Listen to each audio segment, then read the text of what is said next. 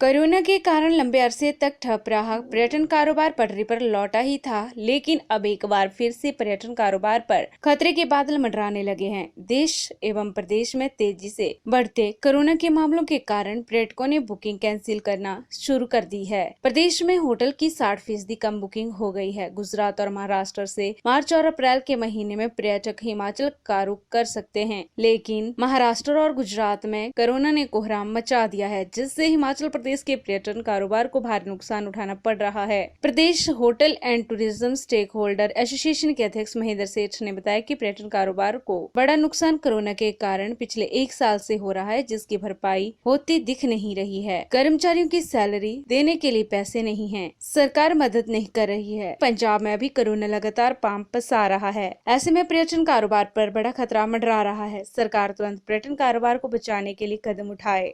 देखिए, जब से ये कोरोना की सेकंड लहर आई है, इसमें कई तरीके की रिस्ट्रिक्शंस इम्पोज हो गई हैं, जैसे महाराष्ट्र में, गुजरात में, और उसका सीधा इम्पैक्ट जो है हमारी टूरिज़्म इंडस्ट्री पे पड़ा है।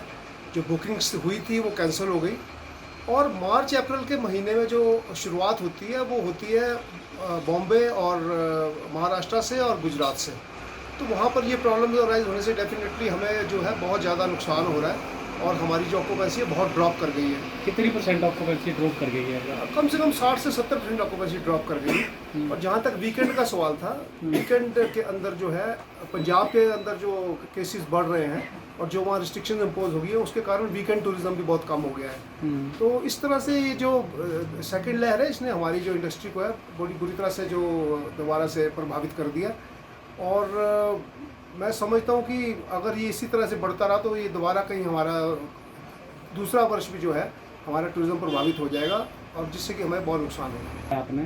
और अब फिर अगर ये सीजन जाता है तो फिर कितना नुकसान हो जाएगा? देखिए, कवरेज की जहाँ तक सवाल है, कवरेज तो कुछ नहीं हुई है। सिर्फ मात्र ये था कि कुछ थोड़े से खर्चे निकलने शुरू हुए थे, कुछ काम शुरू हो गया था।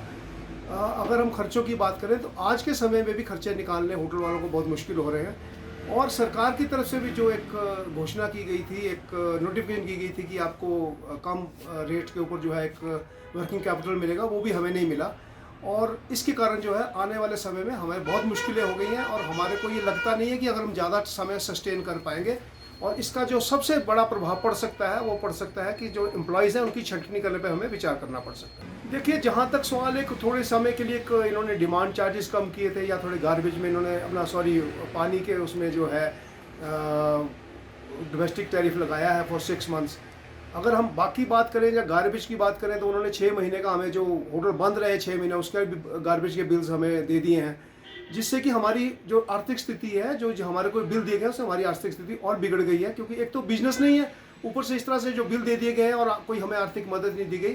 तो हम सरकार से पुनः ये आग्रह करेंगे कि जो हमें अभी असेंबली में भी हमारे माननीय मुख्यमंत्री जी ने कहा था कि जो ये इंटरेस्ट सब्वेंशन स्कीम है, इसके अंतर्गत हम इसको कंसिडर करेंगे, और इसको जो है जल्द ब जल्द कोशिश करेंगे कि लोगों को वर्किंग कैपिटल मुहैया कराया जा सके। वीकेंड में देखिए बहुत कम हो गया है, जैसे कि 100% ऑक्यूपेंसी रहा करती थी, वो 100% ऑक्यूपेंसी नहीं है। ये इस बारी जो होली के कारण 3-4 इकट्ठी छुट्टी होने के कारण थोड़ा सा कुछ ट्रैफिक जो बढ़ा है। और सबसे बड़ी बात है कि हमें जो आपको मैं आश्वस्त करना चाहता हूँ कि जो होटल इंडस्ट्री है या टूरिज्म इंडस्ट्री है, वो पूरी तरह से आज की डेट में भी पूरे कोरोना के लिए जो हमारे SOPs दी गई, इसको पूरी तरह से फॉलो कर रही है। और आपके सामने ही है कि 8-9 महीने हो गए से पहले होटल बंद रहे, फिर 5-6 महीने से जब से ये खुले हैं, तो आज तक कोई होटल के अगर हम माध्यम से बोले तो कोई ऐसा कोरोना पॉजिटिव केस नहीं आया, ना स्टाफ का, ना उसके ऑनर्स का, ना टूरिस्ट का। कोरोना हम ये चाहते हैं कि हमारा ये, बल्कि सरकार से आग्रह रहेगा कि जैसे इन्होंने फेज वाइज सबको किया है, पर्टिकुलरली टूरिज्म इंडस्ट्री का जितना भी स्टाफ है और उनको जो है प्रायोरिटी के ऊपर वैक्सीनेट कर दिया जाए, ताकि जो हम इसको पब्लिसाइज कर सकें और जो टूरिस्ट आए यहाँ पर लोगों को सेफ फील करें। जिस तरह से मामले, देखिए, उस समय तो फिर हमारे पास एक ही रह जाता है कि हमें आर्थिक जो है वो सरकार को डेफिनेटली हमें कोई आर्थिक मदद करनी पड़ेगी, तभी हम सस्टेन कर पाएंगे। जैसे मैंने पहले भी आपको बोला कि सस्टेनेबिलिटी की पॉसिबिलिटी कोई नहीं है। हमें सारे जितने भी बिल्स वगैरह दिए जाए उसको भी सरल तरीके से लेने का कुछ उनको करना पड़ेगा।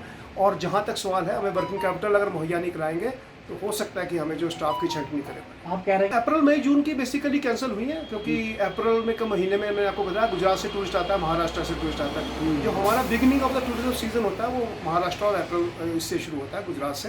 और साथ साथ वीकेंड में ऑब्वियसली पंजाब हरियाणा का बहुत बड़ा कंट्रीब्यूशन रहता है, तो वहाँ जब पाबंदियाँ लग रही है तो उससे हमें काफ़ी वीकेंड में फर्क पड़ता किसानों है। डेफिनेटली हर चीज़ की जो है किसान आंदोलन का भी काफ़ी हद तक फ़र्क है, और ये कोरोना का जो दूसरी लहर आई है इसमें भी फ़र्क है।